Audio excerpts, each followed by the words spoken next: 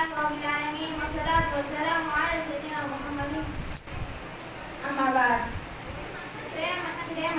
ఇప్పుడు నేను ముందు ఒక చదువును దీని ఒక అర్థం ఏంటంటే ఒక్కొక్క ప్రజలో హజ్ చేసిన మతంలో వారిపై హజ్ కలుగుతుంది. మక్కాలోని ఖానా కాబా అనే ఒక ఇల్లు ఇదంటే ఇంతకంటే చాలా గొప్పది.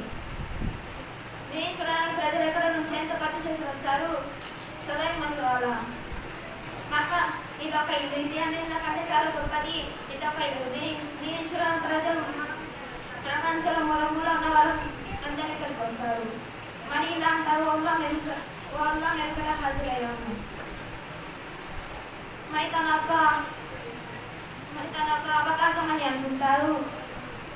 ఈ యొక్క ఇంటిని హజరత్ ఆదం అలైహిస్సలాం కట్టారు. మరి దీనిని హజరత్ నూహ్ అలైహిస్సలాం రెండోసారి బాగు చేశారు. దీనిని హజరత్ ఇబ్రాహీం అలైహిస్సలాం అలంకరించారు.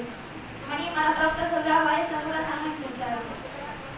ప్రేమ మిత్రుల హజ్ ఏమిటంటే 8 సమయంలో అల్తాఫ్ యొక్క మరియు బైతుల్లా యొక్క తవాఫ్ చేయడం. అస్సలాము అలైకుం వరహ్మతుల్లాహి వబరకాతుహు.